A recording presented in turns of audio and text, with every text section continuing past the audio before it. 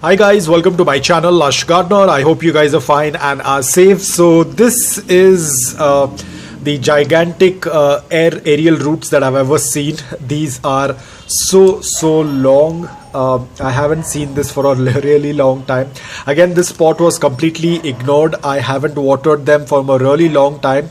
The succulents are looking absolutely beautiful, but yes, they do have a lot of stress. Now these are my kalanchoes. Kalanchoes are known to have aerial roots, but I've never seen something this big.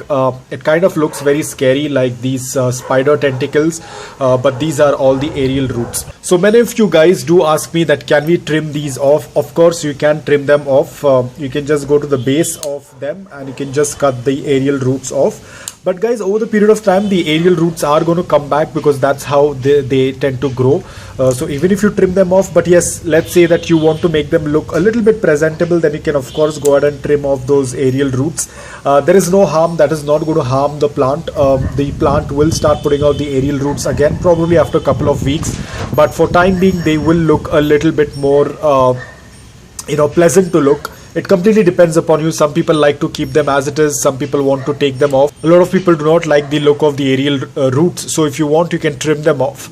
But over here, what I'm planning to do is I'm planning to chop all of these ones so that I can propagate them and separately keep them. Because when I'm going to chop them off, probably they might grow back again. So over here, as you can see at the lower portion, they have started to grow. So first I'm going to get rid of the aerial roots and then I'm going to chop it off.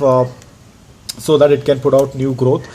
Again, if you're going to leave the aerial roots as it is, and if you're going to propagate them, they will still propagate.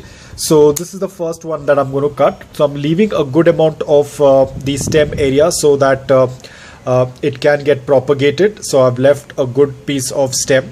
So now if you're wondering why I'm doing so much of cuttings, it's because it becomes a little easy. When you tend to do 1 or 2 cuttings, then you have to wait for the entire process. When you tend to do a bulk cutting together, most probably all of them tend to get callus together at the same time, and also they tend to put out aerial roots at the same time. So I prefer to do that. So I'm going to chop one by one. Because I want these to multiply, because they are very pretty kalanchoes.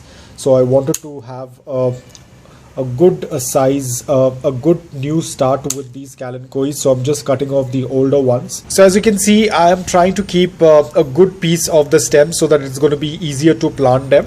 So I'm pretty much done with all the cuttings. Rest of them I'm going to leave. The smaller ones I'm going to leave them as it is.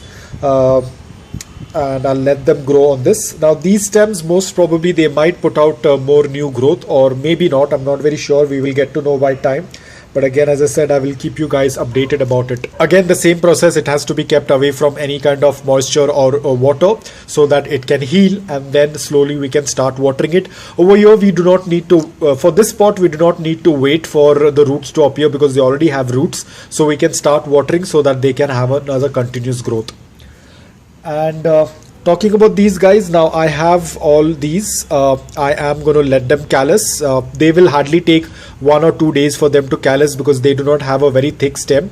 So these are all of my kalanchoes. I will make a separate pot for them, and I'll put the entire bunch in one pot so that I can have a bushy pot of the kalanchoes.